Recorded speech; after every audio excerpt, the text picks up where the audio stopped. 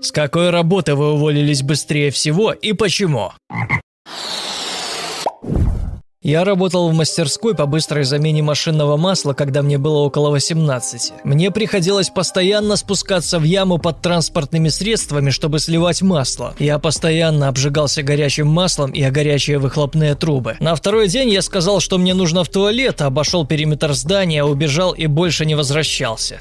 15 минут. Подала заявку на работу, в описании которой было написано «Работа по вводу данных в вечерние смены». Моя заявка была принята. Приехала, меня приняли, состоялось знакомство, после чего мне протянули мобильный телефон. Передаю слова супервайзера, ничего не добавив от себя. На самом деле ваша должность предполагает работу с холодными звонками. Просто если бы мы так написали в объявлении, никто не захотел бы сюда идти, поэтому мы всем говорим, что это работа по вводу данных. Я такая: простите, что? И он начал. Мы совершаем холодные звонки, предлагая людям продукцию, для производства которой мой друг сейчас ищет инвесторов. Если будете справляться, будете получать хорошее комиссионное. Я в то время была дерзкой и острой на язык девушкой, поэтому я сказала ему, чтобы он шел на все 4 стороны. Что я подавала заявку на работу по вводу данных, а не для того, чтобы звонить людям и навязывать ерунду и так далее и тому подобное. Позвонила папе, чтобы он приехал за мной, и ушла, ни разу не оглянувшись. Буквально на следующий день нашла настоящую работу по вводу данных. Вот так.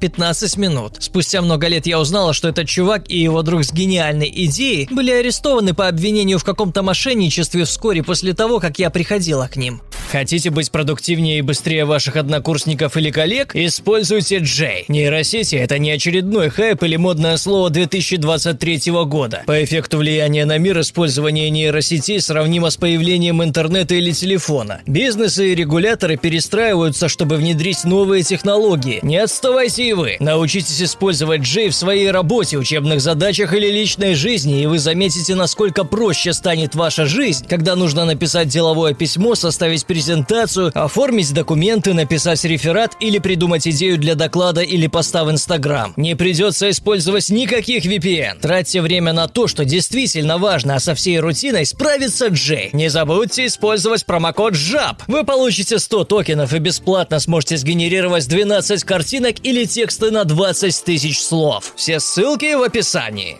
Я ветеринар. Уволилась из ветеринарной клиники примерно после 3 недель работы. Доктор сказал мне, чтобы я начала использовать иглы по нескольку раз. Он хотел, чтобы я ставила вакцину, затем набирала следующую дозу вакцины в тот же шприц с той же иглой и делала это повторно на другом животном. Это стало последней каплей. Первым звоночком было то, что мне сообщили, что мы, это была небольшая клиника, там было 2 других ветеринара и 1 администратор, должны приносить на работу свою собственную туалетную бумагу. Мне хватило примерно 2 часов в телемаркетинге, чтобы понять, каким мудаком я себя чувствую. Я сразу же уволился.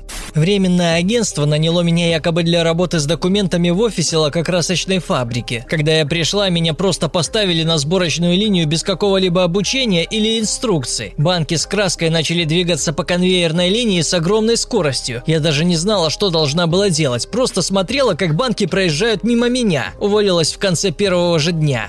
В студенческие годы я устроился на летнюю подработку в компанию erid, производящую лодки. Когда я пришел, меня первым делом посадили в комнате для отдыха на 2-м этаже, из окна которой было видно весь завод. Ждал около часа, когда за мной придут, как вдруг услышал какую-то шумиху. Выглянул и увидел, как выбегает 3-4 человека, потому что чувак отрезал себе средние и безымянные пальцы пилой. Я в то время не был, что называется, мастером на все руки в работе с инструментами, поэтому смылся оттуда в тот же момент.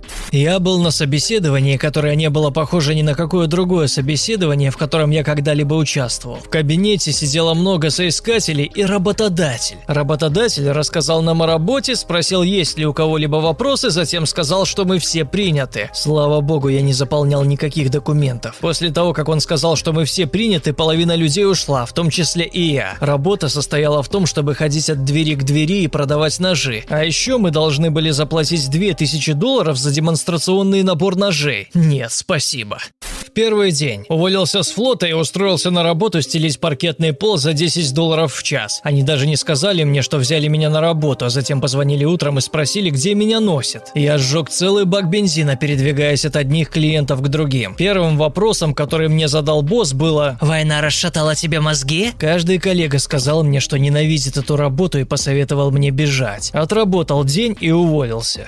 Уволилась в течение 30 минут после заполнения всех документов в отделе кадров. Я села за свой новый рабочий стол, открыла рюкзак и начала расставлять все книги, которые я принесла, когда подошел мой новый босс и отпустил замечание, которое мне не понравилось. Он выразил свое разочарование тем, что я не заполнила все документы со стремлением сделать все максимально быстро, и что он надеется, что это не войдет у меня в привычку. Когда он ушел в свой кабинет, я открыла электронную почту и быстро написала письмо в один абзац о том, что у меня сложилось впечатление, что у вас здесь довольно напряженная обстановка. Я полагаю, что это не подойдет мне так же, как и я не подхожу вам. Я собрала все свои книги и направилась к выходу. Все это заняло буквально 30 минут. Оказалось, это было лучшее решение, которое я могла принять, потому что практически сразу нашла новую работу с зарплатой выше на 40%.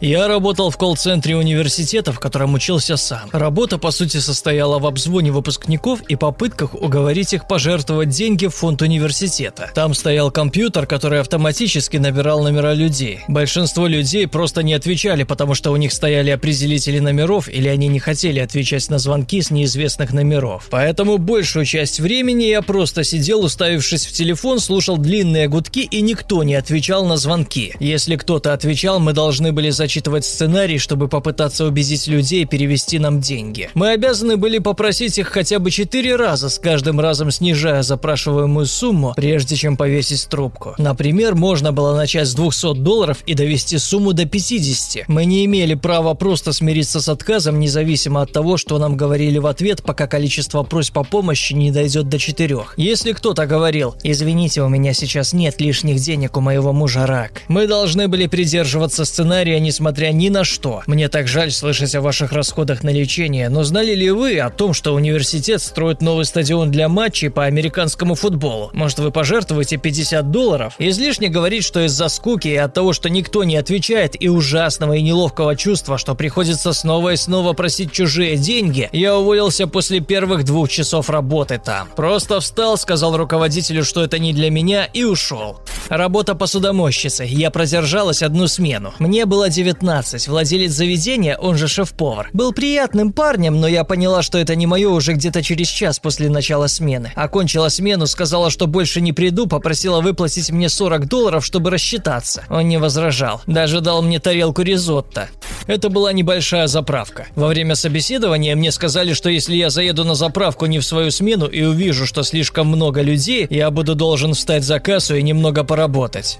Та же фигня. Я продержалась 2 часа. Мне сказали, что я должна отметить начало перерыва в 15 минут. Я жила где-то в 2 минутах и спросила, можно ли мне сходить домой и поменять обувь, потому что у меня болели ноги. Менеджер сказала, что мне нельзя уходить, так как может приехать большое количество машин, и тогда меня могут попросить закончить перерыв раньше времени. Я сказала: хорошо, то есть я должна отменить окончание перерыва и остаток времени отдохнуть позже? Менеджер сказала: нет, с чего это тебе отмечать окончание перерыва раньше? Ты не развалишься, если переработаешь лишние 5 минут. Я уволилась в ту же секунду.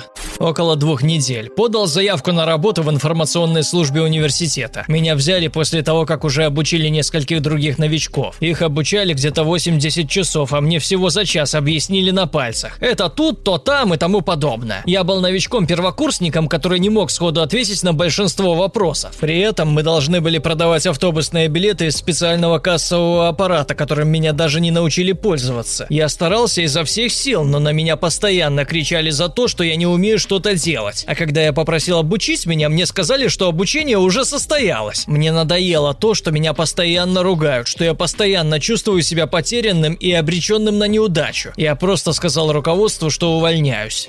Я ушел через 2 недели после того, как меня наняли. Я пытался быть терпеливым и понимающим в коллективе, но со мной постоянно обращались как с дерьмом. У меня был серьезный серьезный конфликт с матерью начальницы, которая тоже работала с нами, и, конечно же, она приняла ее сторону. Много было всякого дерьма, и в мой последний рабочий день я должен был получить новый пароль от ворот, но начальница не дала мне его. Мне кажется, она сделала это, чтобы позлить меня. Я решил мысленно: сегодня я поеду на работу, и если ворота будут закрыты, я просто брошу работу и больше никогда не вернусь. А если они будут открыты, то я продолжу работу. Я так и не узнал, открыты ли были ворота, потому что по пути на работу попал в аварию. Через час я отправил начальнице сообщение, что я не смогу приехать, потому что попал в аварию. У нее хватило наглости накричать на меня из-за того, что я сообщил об этом слишком поздно. Она даже не спросила, в порядке ли я. В конце того рабочего дня я был даже рад, потому что знал, что они попали в дерьмовое положение, так как я должен был работать один в тот день, и им пришлось разбираться со всем этим. Уверен, они были в ярости.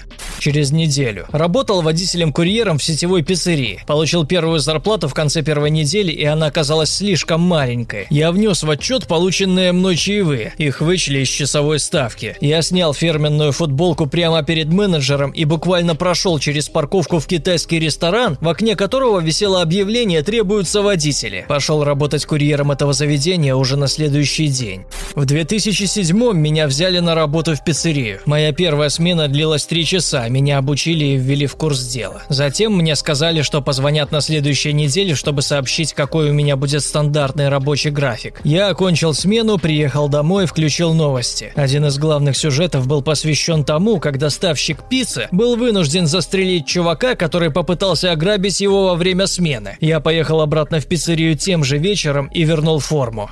Я отработал в ресторане 2 дня. Во время собеседования мне сказали, что если у меня есть татуировки, то я должен прикрывать их длинными рукавами либо компрессионными рукавами. В первый день, когда меня должны были обучать, я пришел с компрессионными рукавами. Каждый раз, как я наклонялся над стойкой, чтобы рассчитать кого-то, компрессионные рукава сползали вниз, обнажая небольшую часть татуировок на моих руках. В конце концов, менеджер заметила это и сделала устное предупреждение. Затем, во время обеда, я снял компрессионные рукава, чтобы поесть. Менеджер вошла в комнату отдыха, увидела, что я снял компрессионные рукава, и позже вручила мне письменное предупреждение. На следующий день я пришел на работу с длинными рукавами, надеясь избежать тех же проблем. Я потянулся через стойку, и татуировка на моей руке снова обнажилась. Менеджер после этого сказала мне, что считает меня идиотом за то, что я набил татуировки на руках, и что если я не смогу скрывать их рукавами 100% рабочего времени, то она уволит меня. Тем же вечером я ушел домой и больше туда не возвращался. Спасибо, что посмотрели этот ролик до конца. Предлагаю также посмотреть наши похожие видео, которые вы видите на экране. Всем удачи и до завтра.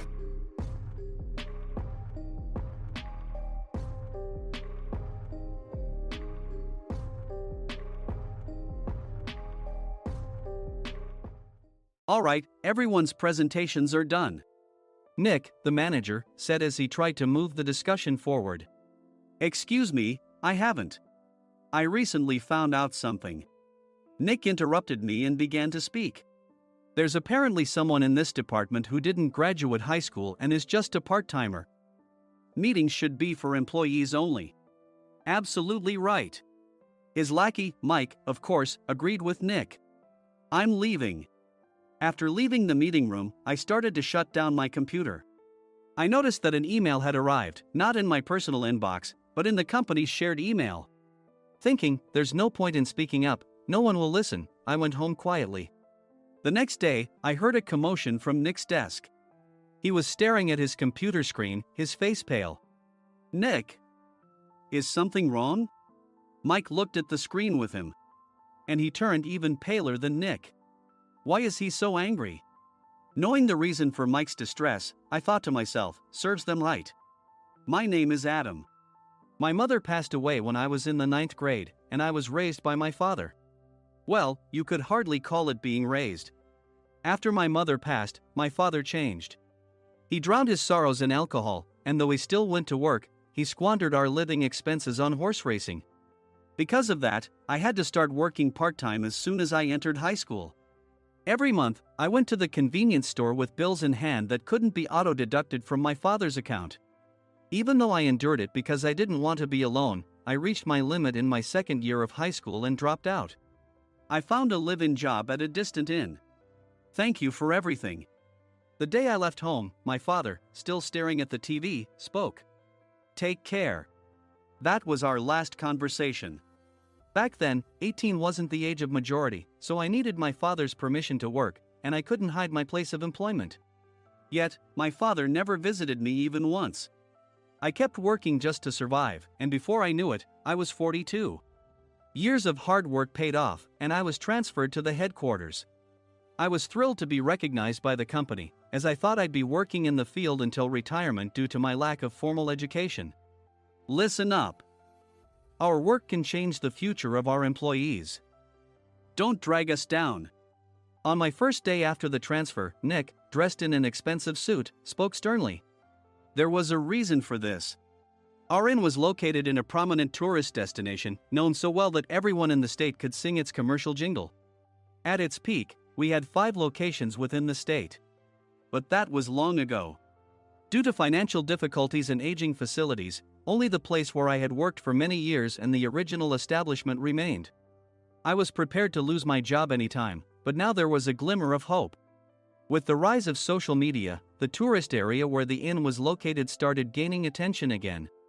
Depending on how hard the sales department, where I was transferred, worked, we could either thrive or be forced to give up this prime location to the new hotel chains continuously popping up. For Nick, who had switched careers from another industry to strengthen our sales, this was a battle he couldn't afford to lose. I understood why he had to be strict. "I will do my best." Nick sneered at my enthusiastic declaration. "Did you not hear what I said?" "I'm sorry." I thought I was listening carefully. Out of habit from years of customer service, I apologized reflexively, though I had no idea what had offended him. Someone was watching me with a smirk. In this department, there are those who are expected to excel and those who have been shoved here because they have nowhere else to go. You are the latter. It was Mike, the section chief. He's 7 years younger, at 35. But he was called to headquarters much earlier than I was and had been moving around within the headquarters ever since. I'm not jealous, but I can't accept that he's my boss. Graduating from a prestigious university, he has an unusually high pride and caused many problems as a newbie, making things very difficult for me when I was the front desk leader. When I found out Mike was transferred to the sales department a month before me, I was disheartened. Mike is right. With just a middle school diploma, there's not much you can do. Don't even think about achieving results. As if I didn't exist, Nick remarked, "I'm thirsty."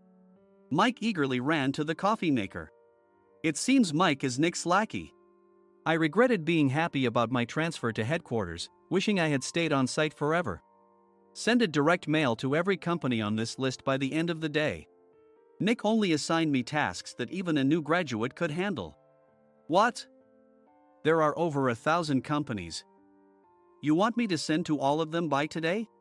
Yes, if you and your fellow misfits split the work, even those with nowhere else to go should finish by today. I glanced at the employees typing away expressionlessly. They were worn out from customer service, only thinking about leaving on time, or were women reassigned after having children, with zero motivation for work. Even Sam, a new graduate from the same university as Mike, who was supposed to be among the expected achievers, had no enthusiasm for the job, having joined the company wanting to do customer service. "I don't care what they say, I plan to quit anytime," he said. Only Nick and Mike were highly motivated, making all the decisions between the two of them. I originally only wanted to work at the inn to survive and had no particular attachment to this job. I swallowed my words, thinking I had no right to reprimand them. About a month after the transfer, Nick told us with a frustrated look. To commemorate the 50th anniversary, we've decided to create a plan exclusive for one group per day.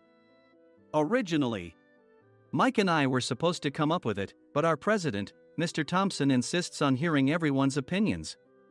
So, you all get a chance. As Nick explained, Mike began handing out prints. Make sure not to embarrass Nick. If your ideas are half-baked, you'll have to redo them. It seemed that they had printed his handwritten notes by Mr. Thompson, which included several questions and a section for free responses. It made sense why Nick had to seek our input, given that all responses had to be submitted to Mr. Thompson. We were given a week to think about it, and a meeting was scheduled to compile our ideas. My plan is to let guests enjoy both the old and modern America. Nick began the presentations. Guests would watch a master confectioner at a nearby traditional sweet shop make sweets in front of them. The welcome drink would be premium tea in a bottle. Nick's plan was certainly attractive. After his presentation, Nick called on us to present in the order we were seated. Just as I stood up for my turn. All right, everyone's presentations are done. Excuse me, I haven't. I recently found out something. Nick interrupted me. There's someone in this department who didn't graduate high school and is just a part-timer. He was likely talking about me. I joined the company as a part-timer and was made a full-time employee when I turned 20. That was 20 years ago, so Nick and Mike probably had no chance to know until recently. Meetings should be for employees only. Absolutely right. After that, Nick kept creating opportunities to solicit everyone's opinions, purposefully excluding me from speaking. The meeting unexpectedly heated up and went past the scheduled end time. A few people asked to leave, and the discussion continued with the remaining few. Still here? Normally, you'd leave in that situation. Though I had no attachment to the job initially, hearing kind words from customers made me want to make them happier. For someone like me, with nowhere to go, the inn was my home and customer service was my life. I felt pathetic about my current self. I'm leaving. I left the conference room and started shutting down my computer. I noticed an email had arrived, not in my personal inbox, but in the company's shared email. Thinking no one would listen to what I had to say anyway, I quietly went home. The next day, while preparing the DM as instructed, I heard a commotion from Nick's desk. In his haste to stand up, he hit his knee on the desk. He stared at his computer screen, his face pale. Nick! What's wrong? Mike, thinking he should be the first to rush over, approached Nick while still wearing his coat. He peered at the screen with Nick. And he turned even paler than Nick. Why is he so angry? Who is responsible for this company? Nick, more irritated than ever, asked, and Mike answered without checking. Probably Sam. Sam wasn't there because he was attending a morning training session for new hires. Nick gave up on getting angry and returned his gaze to the screen. They were looking at an email that arrived right after the end of the working day yesterday. Apparently, no one, including me, had checked it before leaving. The email was from a large company that used us for their annual employee trips. The president and executives of that company also frequently used our services personally. President of the company, Mr. Mason himself, had declared that neither he nor his company would ever use our services again. Well, some companies cancel their employee trips or stop using our services due to financial struggles. Let's just move on. Mike kept wiping the sweat from his forehead with a handkerchief. Knowing why Mike was so agitated, I quietly watched their interaction. Do you know how much revenue we get from that company?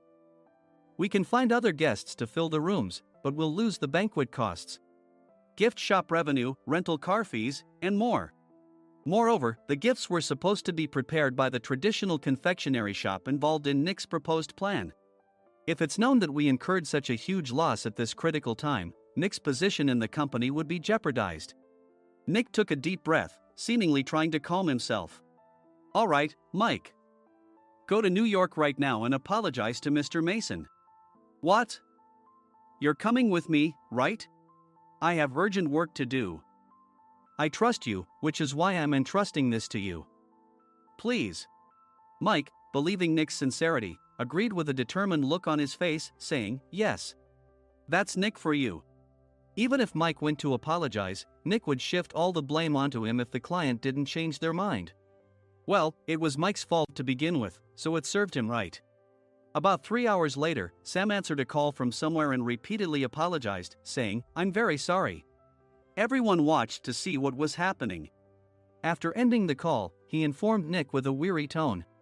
When Mike arrived at the client's company, he only made things worse, further infuriating Mr. Mason. He was demanding, get his boss here immediately. It was no wonder Sam was exhausted, dealing with such a call right after returning from training.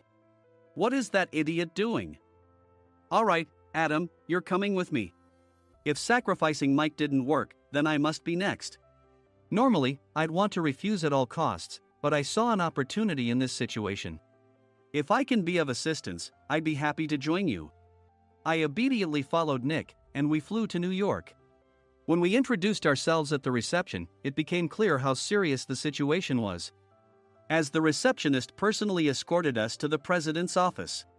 Angry voices leaked through the door, making both Nick and me uneasy. "Excuse me. I'm Nick, the supervisor. I understand my subordinate has caused you trouble, and I deeply apologize."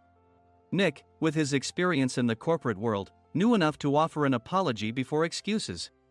However, his customer service skills left much to be desired.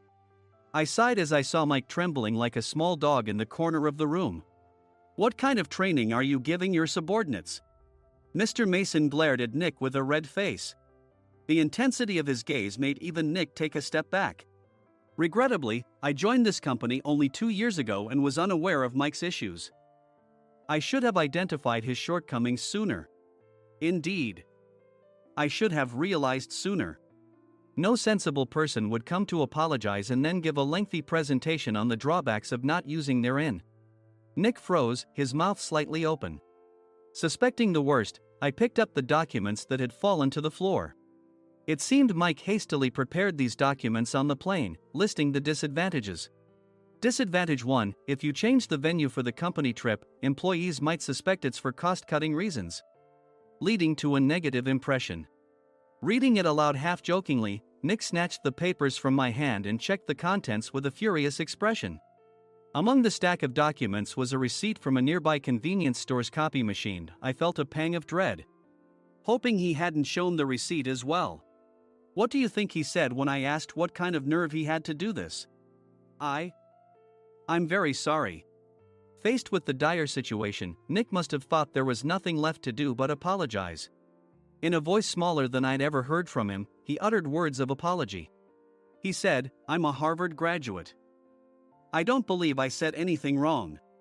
"Mike, what have you done?" Forgetting his plan to pin the blame on Mike, Nick yelled loudly, even in front of Mr. Mason. "I didn't do anything wrong." "You're still saying that? Look at him." Mike pointed at me with a shaking hand. "I was assigned to headquarters in my 20s and now I'm a section chief. This guy only made it to headquarters at 42. Everything I've done proves I was right. So why are we losing the contract?" Having said his piece, Mike collapsed to the floor. "Of course. You were sent there because you had nowhere else to go." Mike never expected to hear such words from someone he looked down upon. He lunged at me, and Nick hurriedly stepped in to stop him. "Mr. Thompson told me Mike is a quick thinker, and to take good care of him." There's no way he was pushed aside. "Don't make things worse here. He didn't say quick thinker, he said only quick-witted, didn't he?" I don't remember that part." I recalled the many troubles Mike caused when he was a newbie. When Mike was on the front line, his pride was so high that he never apologized to customers. Customer service, especially in our job, doesn't work alone. It brings both good and bad situations. If the front staff or housekeepers made mistakes, or the cleaning company didn't properly clean a room, one had to apologize to the customers regardless of personal fault. Mike, in such situations, would never apologize, insisting he wasn't at fault. This often angered customers, and as the front desk leader, I frequently had to apologize on his behalf. He caused complaints and disrupted operations, which is why he was quickly moved to headquarters. In departments where he didn't interact directly with customers, his quick thinking was beneficial and things went well. But it seemed his flaws were starting to show. Corporate reservations are supposed to be entered into the system by the sales representative. But a quick check yesterday revealed that more than 10 items were missing from the client's reservation. The handover document clearly stated what needed to be prepared. Why didn't you enter it into the system? Why do we have to give them special treatment? Filling rooms near the banquet hall, setting up all the food in advance. Specifying the brand of wine, they're too demanding. No wonder he always angered customers, I thought, feeling a headache coming on. Grouping them in rooms near the banquet hall is for our benefit too. It makes it easier for the staff to set up beds and serve breakfast since everyone's schedule is synchronized. As for the other requests, Mr. Mason suggested them to lighten our load. I didn't know that. Nick finally seemed to realize that Mike was the one who had angered the client. What did you say to them? I just told them we wouldn't give them special treatment anymore. We shouldn't waste effort on things that don't bring in money. I was utterly exasperated at his lack of understanding of customer service. Of course, we shouldn't comply with unreasonable demands. But carrying over successful practices from past stays makes customers feel remembered and enhances their experience. Good memories encourage repeat visits. That's part of our job. I looked down at Mike, who was sitting on the floor. In our job, nothing is a waste. Mr. Thompson likely moved you to the sales department, hoping you'd finally understand this. How do you think he feels now that you've failed to meet his expectations? Mike, tears in his eyes, fled the president's office. I was amazed he still hadn't apologized. You have it tough, Adam. It's okay, we're all employees of the same company. I deeply apologize for this disrespectful incident. Especially after all the care you've shown us. If it weren't for you, Adam, I really would have stopped staying here. When I heard you were moving to the sales department, I was willing to reconsider if you handled it. Seeing us talk so amicably, Nick's face contorted. Do you two know each other? Adam's service is excellent. I always requested him specifically. Normally, we don't accept specific staff requests, but we made an exception for Mr. Mason, adjusting my shifts accordingly. He had personally stayed at our hotel just before my transfer, and during casual conversation, I mentioned, I'm moving to the sales department soon. If I hadn't told him then, things could have been much worse. Please continue to take care of us. I look forward to it. On the return flight, Nick awkwardly offered me a can of beer. It's still working hours. Of course, I had no intention of forgiving him for a single beer. Nick might try to pin everything on Mike and avoid any consequences. While pondering this, a startling fact came to light. Nick, the tea bottles for the plan have arrived. I handed Nick a bottle labeled with our inn's name. They look good. What are you talking about? These are plastic bottles. I had assumed we would use the trendy, high-end bottling tea. But what arrived were ordinary plastic bottles of tea with customized labels. The only unique aspect was the label, which had the inn's name, making it look customized. Upon further investigation, I discovered that a substantial amount of money was set to be paid to the tea company. It was priced like bottling tea. Does this plastic bottle really cost $100 each? The tea inside is specially blended for us. The extra cost is for that. Wouldn't it be better to use another tea company? Or is there a specific reason we must use this one? As Nick continued to make excuses, I showed him a printed email. I informed the tea company's president, Mr. Mitchell, that we discovered irregular payments and he confessed. He said you two were high school classmates and planned to split the extra money. That idiot. Why did he confess? That's not important. You should worry about yourself, this could turn into a police matter. Opening the bottle cap, I suggested. How about calming down with this tea? It supposedly has a relaxing effect. Nick drank the tea frantically. In the following days, decisions were made about their fates.